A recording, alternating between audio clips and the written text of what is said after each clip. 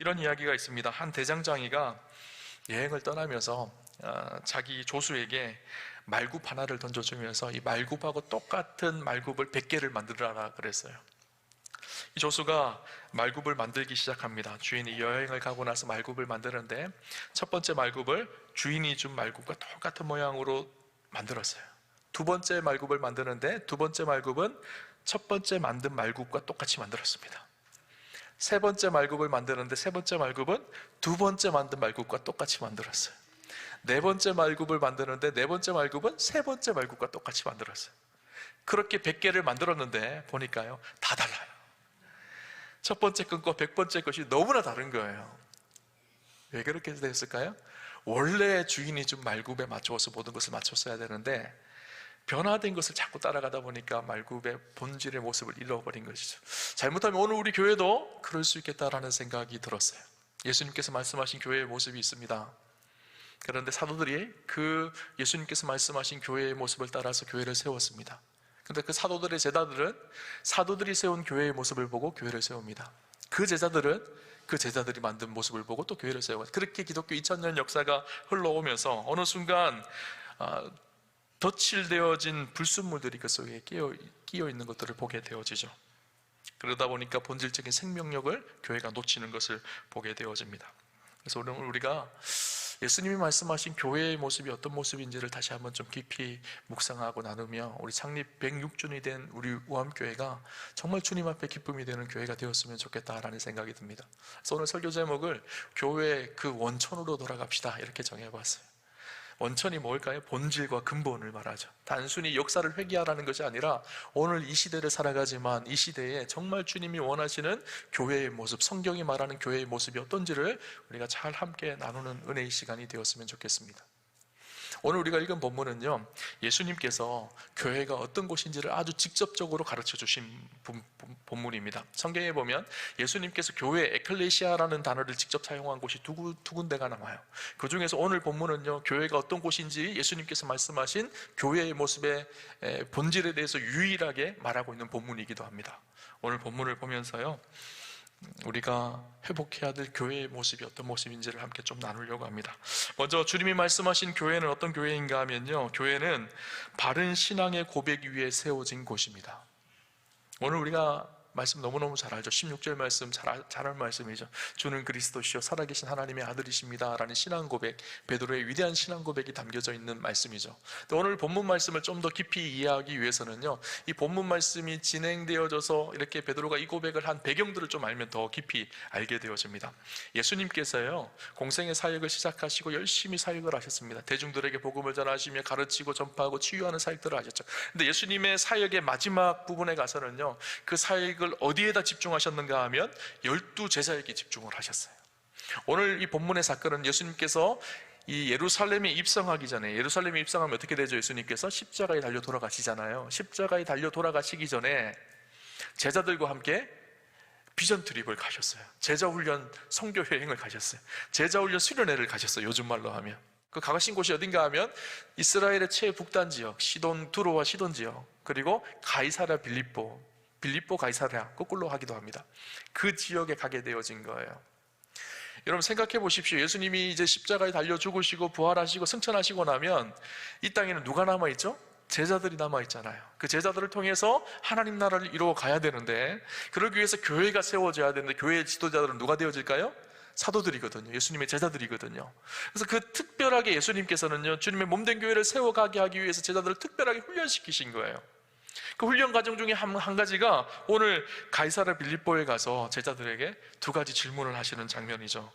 뭐라고 질문하시죠? 사람들이 인자를 누구라 하느냐라는 질문과 너희는 나를 누구라 하느냐라는 질문입니다. 근데 이 가이사랴 빌립보가 어떤 곳인가 하면요, 이 가이사랴 빌립보는요, 황제의 도시입니다. 당시 헤롯 대왕이 로마 황제의 가이사로부터 하사받은 도시 지역이었습니다. 그런데 헤롯 대왕의 아들이 헤롯 빌립이거든요. 헤롯 빌립이 수도를 가이사랴 빌립보 이 지역으로 옮깁니다. 그러면서 그 이름을요, 도시 이름을 가이사랴 빌립보라고 정해졌어요. 그 이름 속에는 가이사라는 황제의 이름이 들어있고 빌립보라는 그 분봉왕이었던 헤롯 빌립의 이름이 들어있습니다. 그래서 가이사랴 빌립보, 빌립보 가이사랴 이렇게 불려지게 되어진 거예요. 그런데 황제의 이름이 도시에 들어갈 때는요, 반드시 있어야 될 것이 있어요. 황제 신전이 그 도시에 있어야 합니다. 그리고 황제에 걸맞는 도시의 위용이 있어야지 그 이름에 가이사라는, 아우구스투스의 이름이었던 가이사라는 이름을 붙일 수가 있었던 거예요. 이 가이사랴 빌립보가 어떤 도시였을까요? 그러니까 황제를 숭배하거나 쾌락과 술에, 성에 미쳐서 그렇게 그것을 숭배하며 그렇게 살았던 우상의 도시였거든요. 주님은 왜 하필이면 가이사랴 빌립보 이 지역에 예수님의 제자들을 데리고 오셨을까요? 여러분, 수련회 가면 어떤 데 가야 될까요? 이렇게 조용하고 기도 열심히 할 수 있고 그런 데 가야 되잖아요, 그죠? 근데 우상의 도시, 황제의 도시, 황금의 도시, 만몬의 도시였던 가이사랴 빌립보로 데려가서 예수님께서 물으시는 거예요. 사람들이 인자를 무엇이라 하느냐? 그 대답에 제자들이 뭐라고 대답하죠? 예수님, 어떤 사람은요 예수님을 세례 요한이라고 하고요, 어떤 사람은요 예수님을 엘리야라고 하고요, 어떤 사람은 예레미야라고 합니다. 선지자 중에 하나라고 합니다. 그때 예수님께서 뭐라고 하시죠? 너희는 나를 누구라 하느냐? 제자들에게 물으셨어요. 이 질문 때문이었었어요. 황제의 도시 앞에 수많은 우상을 섬기는 우상의 신전이 있는 그곳 앞에 예수님께서 물으신 거예요. 너희는 나를 누구라 하느냐? 그 물음 앞에 베드로가 성격이 좀 급했잖아요. 가장 먼저 뛰쳐나왔던 것 같아요. 주는 그리스도시요 살아계신 하나님의 아들이십니다. 놀랍고 위대한 고백을 합니다. 여러분, 생각해 보십시오. 저 로마의 황제가 우리의 신이 아니라, 저 판신, 쾌락과 즐거움이 우리의 신이 아니라 당신이 살아계신 하나님의 아들이시고 메시아이시고 주님이십니다. 그렇게 고백하고 있는 것이죠. 주님이 이 고백을 너무 기뻐 받으셨어요. 그리고 뭐라고 하시죠?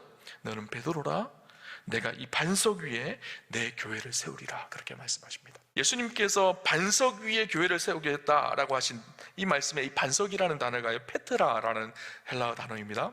제가 헬라어를 써서 죄송해요. 자꾸 어려운 말을 하는 것 같아서. 이 페트라라는 단어인데, 베드로는요 페트로스라는 단어입니다. 베드로의 이름의 이 헬라어는요 페트로스고요, 반석을 말할 때는 페트라라는 단어. 이 페트라라는 큰 안반, 흔들리지 않는 큰 바위를 말합니다. 반면에 페트로스라는 단어는요 작지는 않지만, 그렇지만 사람이 힘으로 옮길 수 있는 그런 바위를 말해요.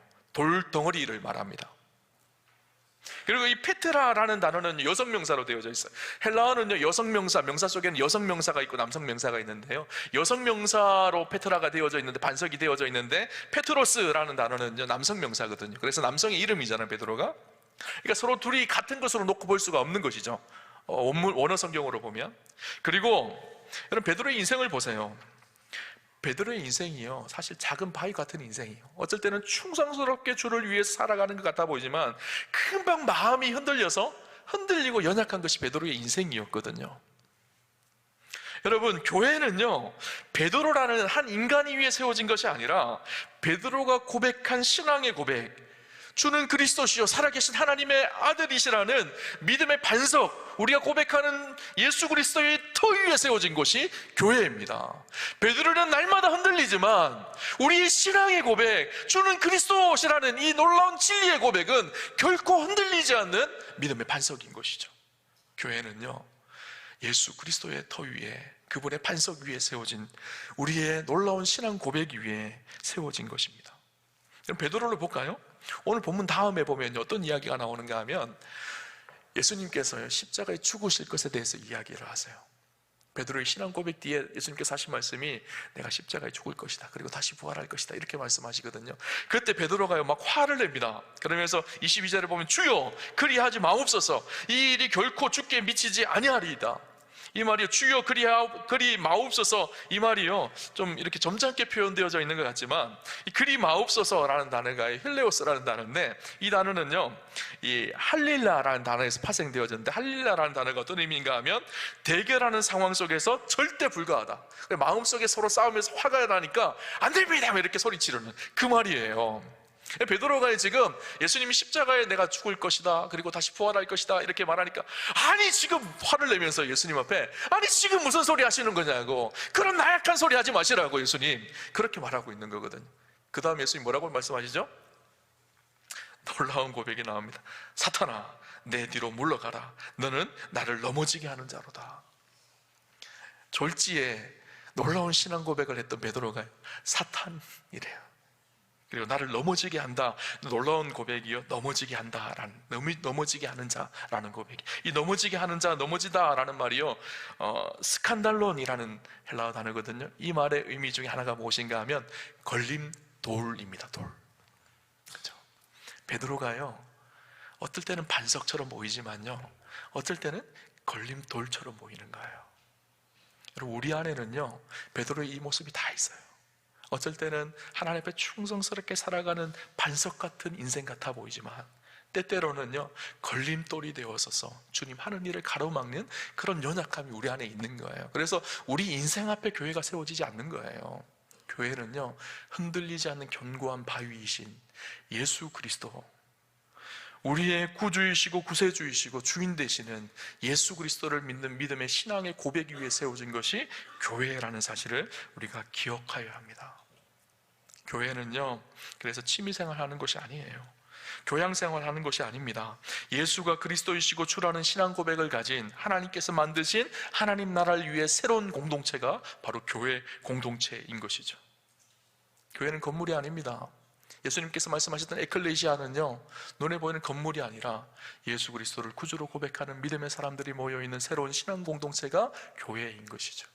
우리 우암교회가요 사람 위에 세워지는 교회가 아니라 믿음의 반석 위에 세워지는 분명한 신앙 고백 위에 세워지는 그런 아름다운 교회가 되기를 주님 이름으로 축원합니다. 그렇다면 우리가 생각해야 될 것이 있죠. 교회의 주인은 누굴까요?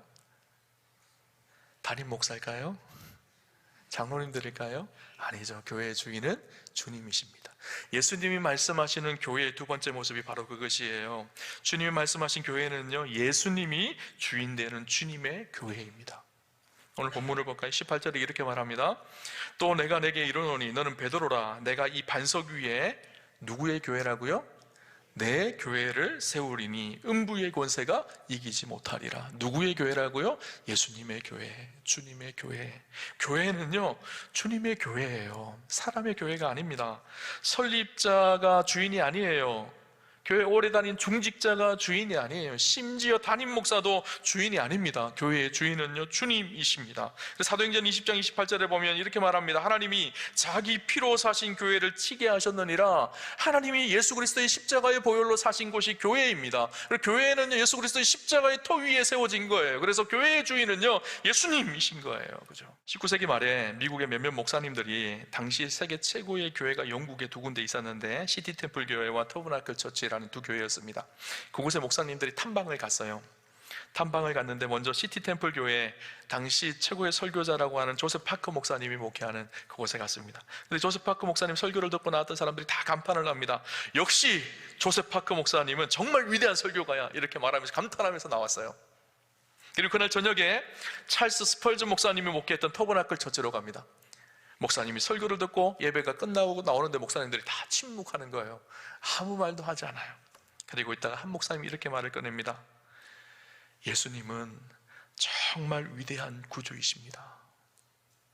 여러분, 어떤 교회가 좋은 교회일까요? 담임 목사가 빛나는 교회가 좋은 교회가 아니라 주님이 빛나는 교회, 예수님이 빛나는 교회, 그 교회가 건강한 교회입니다. 여러분, 교회의 주인이 사람이 되는 순간요 교회는 세상 방식대로 흘러갑니다. 돈 많은 사람, 교회 오래 다닌 사람, 힘이 있는 사람. 교회는요 주님의 뜻이 드러나는 곳이어야 합니다. 여러분, 그런 의미로요 우리가 이렇게 서로 독담하셔야 돼요. 목사님, 장로님, 권사님, 교회에서 너무 나서지 마세요. 이렇게 인사하셔야 돼요. 여러분, 저를 보시고 그렇게 덕담해 주셔야 돼요. 목사님, 교회에서 너무 나서지 마세요. 그렇게 덕담해 주셔야 돼요. 목회자들이 주인 되는 교회가 아니라 주님의 뜻이 무엇인지를 분별하고 그 뜻대로 행할 수 있는 교회. 목회자들도 기도해야 됩니다. 주님의 뜻이 뭔지를 묻고 그 앞에 겸손하게 그 뜻 앞에 순종하는 것. 여러분, 이렇게 비유할 수 있을 것 같다는 생각이 들어요. 오케스트라 공연을 하는데 연주자들이 누구를 바라볼까요? 지휘자를 바라보겠죠. 지휘자의 손끝을 바라봅니다. 그래서 지휘자의 사인 하나에 민감하게 반응하죠. 그런데 지휘자는 여러분 그 곡을 준비할 때 어떻게 생각할까요? 이 곡을 만든 작곡가의 의도가 무엇인지를 알아야 됩니다. 이 곡을 해석해내야 돼요. 그래서 작곡가의 의도에 가장 맞는 방법으로 연주가 진행되어질 수 있도록 조율을 해야 돼요. 여러분, 교회라는 공동체의 작곡가는 누굴까요? 주님이세요. 주님이 뜻과 계획을 가지고 교회를 세우셨어요. 그럼 지휘자는 누굴까요? 담임 목사하고 목회자들이겠죠. 주님의 뜻을 분별하여서 그 뜻대로 교회를 이끌어가기 위해서 발버둥칩니다. 그럼 성도들은 누굴까요? 목회자들의 손을 보면서 원래 주님이 만드신 그 곡의 모습대로 가장 아름답게 잘 표현해낼 때 그 공동체가 아름다운 공동체가 되거든요. 하모니를 이루는 것이죠, 그죠? 교회는 그런 곳입니다. 주님의 뜻이 있는 곳, 그 주님의 뜻이 가장 잘 실현되어지는 곳, 주님의 뜻이 드러나야 되는 곳, 그것이 교회의 공동체인 것이죠.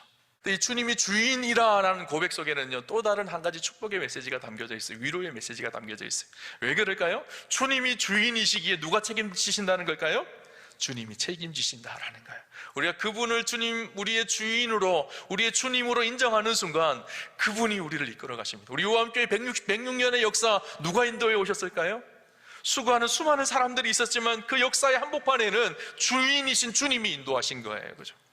여러분, 요한계시록 2장에 보면요, 7 금초대에 대한 이야기가 나옵니다. 7 금초대를 예수님이 어떻게 나타나셨는가 하면 7 금초대 사이를 다니시는 분으로 표현되어져 있어요. 7 금초대는요, 당시 7 교회를 말합니다. 교회 사이를 다니면서 교회를 역사하고 운행하시는 분이 예수님이시라는 거예요. 저 멀리서 교회를 바라보고만 계시는 것이 아니라 개입하시고 간섭하시고 인도하시는, 그래서 그 교회의 하나님의 다스리심과 인도하심이 나타날 수 있도록 예수님께서 지키시고 인도하신다라는 거예요. 주인 되신 주님이 인도하시는 교회. 여러분, 그런 교회가 멋있는 교회입니다. 우리 요한교회가 그런 교회였으면 좋겠습니다. 마지막 세 번째는요, 교회는요, 천국의 열쇠를 가진 구원의 방주입니다. 오늘 본문을 볼까요? 19절에 이렇게 말합니다. 내가 천국 열쇠를 내게 주리니 내가 땅에서 무엇이든지 매면 하늘에서도 매일 것이요 내가 땅에서 무엇이든지 풀면 하늘에서도 풀리리라. 천국의 열쇠를 우리에게 주셨다, 그렇게 말합니다. 여러분, 열쇠가 어떤 것이죠? 여러분, 지금은 열쇠를 잘 안 써요, 그죠? 요새는 도어락, 그죠? 디지털로 그래 삐삐삐삐 누르면 되잖아요. 그래서 아마 이 시대에 이 성경이 써졌으면 이렇게 됐을 거예요. 내가 천국 비밀번호를 너에게 주겠다, 이렇게 말씀하실지도 모르겠어요. 여러분, 예전에 우리가 불과 얼마 전만 해도 열쇠를 다 들고 다녔잖아요. 아파트 살아도 열쇠를 들고 다니면서 열쇠로 문을 열고 들어갔잖아요. 열쇠를 잃어버릴 때가 있습니다, 종종. 그러면 어떻게 하죠? 아무리 집에 들어가고 싶어도 들어갈 수가 없어요. 내 집이지만 사실 내 집이 아닙니다, 열쇠를 잃어버리면. 다리가 아프고 힘들고 좀 방에 들어가서 편안히 누웠으면 좋겠다, 푹신한 침대가 있음에도 불구하고 열쇠가 없으면요, 누릴 수가 없는 거예요. 아무리 내가 목이 마르다고 하더라도 열쇠가 없으면 집에 들어가서 냉장고에 시원한 물을 마실 수가 없는 거예요. 열쇠는요, 열쇠가 열려져야지 마음껏 들어가 누릴 수가 있는 거죠. 교회는요, 천국의 열쇠와 같습니다. 그래서 교회를 통해서 수많은 사람들이 하나님 나라를 경험하고 천국을 바라보고 천국 앞에 나아가게 되는 거예요. 그래서 교회의 열쇠로 문이 열려지면 수많은 사람들이 교회 공동체를 통해서 천국을 경험하고 천국으로 들어갈 수 있는 문이 활짝 열리기도 하고요, 교회가 그것을 닫아버리기도 합니다. 여러분, 교회는요, 그런 의미로 유람선이 되어서는 안 됩니다. 교회는요, 구도선이 되어야 합니다. 수많은 영혼을 살려내고 복음을 전하는, 그래서 수많은 영혼들이 교회 공동체를 통해서 천국에 들어갈 수 있도록 구원의 방주가 되어줘야 되죠. 여러분, 후안 카를로스 오르티즈 목사님이요, 그분이 쓴 책 중에서 이런 이야기를 합니다. 교회는 두 종류의 교회가 있다. 레스토랑 처치가 있고 팩토리 처치가 있다, 이렇게 얘기했어요. 레스토랑 처치는 뭘까요? 식당 같은 교회. 그래서 어떤 사람은 교회를 식당처럼 생각합니다. 주일날 와서 설교 듣고 헌금 조금 내고 그 밥값만큼 밥값 내고 집으로 돌아가면 된다고 생각하는 거예요. 그래서 무엇인가 맛있는 걸 먹고 내가 해야 될 봉사나 섬김은 전혀 없습니다. 식당 가서 봉사하는 사람 아무도 없죠. 식당 가서 설거지하는 사람 없잖아요. 돈 내고 나오잖아요. 그것처럼 그렇게 생각해요. 반면에 팩토리 처치는 뭘까? 공장 같은 교회. 공장 같은 교회는 어떨까요? 오랫동안 그 공장을 다니면 숭룡공들이 있습니다. 숭룡공들은요, 그 일들을 할 때마다 놀라운 생산력을 만들어냅니다. 어떤 일들을 할 때 그 일들을 재생산해내고 또 만들어내고 하는 그 숙련공들이 있는 교회, 그것이 팩토리 처치라 그러거든요. 근데 교회는요, 오랫동안 다니면서 복음 안에 숙련공이 되어집니다. 그리스도 안에 제자가 되어져서 변화되는 삶을 경험하고 또 다른 사람에게 복음을 전해서 그들이 그리스도 안에 새롭게 회심하고 돌아오는 재생산이 일어나는 교회, 이런 교회가 팩토리 처치라는 거예요. 우리 우암교회는 식당 같은 교회인가요? 아니면 팩토리 처치, 공장 같은 교회인가요? 저 여러분은 식당 같은 교회의 성도인가요? 아니면 공장 같은 교회의 성도인가요? 여러분, 교회는 구원의 방주가 되어야 합니다.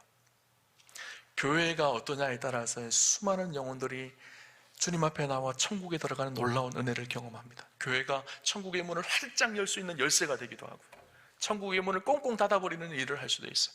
그래서 이 마태복음 23장 13절에 보면 이렇게 말합니다. 화 있을진저 외식하는 서기관들과 바리새인들이여, 너희는 천국 문을 사람들 앞에서 닫고 너희도 들어가지 않고 들어가려 하는 자도 들어가지 못하게 하는도다. 예수님께 당시 바리새인들 서기관들을 보면서 책망하시는 장면이에요. 뭐라고 책망하시죠? 너희도 천국 문을 닫고 너희도 못 들어가고 들어오려고 하는 자들도 못 들어가게 한다라는 거예요. 여러분, 당시 바리새인들 서기관들 누구죠? 유대교 종교 지도자들이에요. 그들이 해야 될 일이 무엇일까요? 수많은 사람들이 하나님 앞에 나아가 천국에 들어가야 될 일들을 열어가는 사람들이 그들이에요. 그런데 그들이 스스로 문을 닫아버리고 자기도 못 들어가게 하고 또 다른 사람들도 천국에 못 들어가게 한다는 거예요. 근데 이 일이 오늘 우리가 살아가는 교회를 통해서도 일어날 수 있다는 거예요. 우리가 날마다 싸웁니다. 날마다 교회가 다툽니다. 세상의 것으로, 세속의 것으로 가득 차 있습니다. 탐욕과 욕심이 성도들 안에 가득합니다. 세상 사람들이 교회를 보고 들어와서 예수 믿고 싶어서 들어와서 그리스도인들의 삶을 보고 예수 믿는 것 안 좋은 거네 이렇게 떠나버립니다. 그러면 어떻게 되죠? 천국 문을 스스로 닫아버리는 거예요. 여러분, 우리 오암교회가 천국 문을 활짝 열고 수많은 영혼들을 구원해내는 구원의 방주로서의 사명을 주님 오시는 그날까지 감당해 가야 합니다. 충성스럽게 그 일들을 이루어가는 우리 우암교회가 되었으면 좋겠습니다. 이것이 주님이 말씀하신 교회의 모습이었었어요. 주님이 주인 되는 교회, 신앙의 거룩한 고백 위에, 바른 신앙의 고백 위에 세워진 교회, 그리고 천국 문을 열고 수많은 영혼들을 살려내고 구원하는 교회. 하나님께서 우리 우암교회를 106년 동안 인도하셨습니다. 주님 오시는 그날까지 우리가 정말 하나님 앞에 기쁨이 되는 거룩한 교회로 든든히 서는 그런 축복과 은혜가 있었으면 좋겠습니다. 저와 여러분 함께 우리 우암교회 이런 교회로 만들어 갑시다. 같이 꿈을 꾸고 하나님 나라를 꿈꾸고 소망하며 거룩한 교회를 꿈꾸는 우리 우암의 성도님들 다 되시기를 주님 이름으로 축원합니다.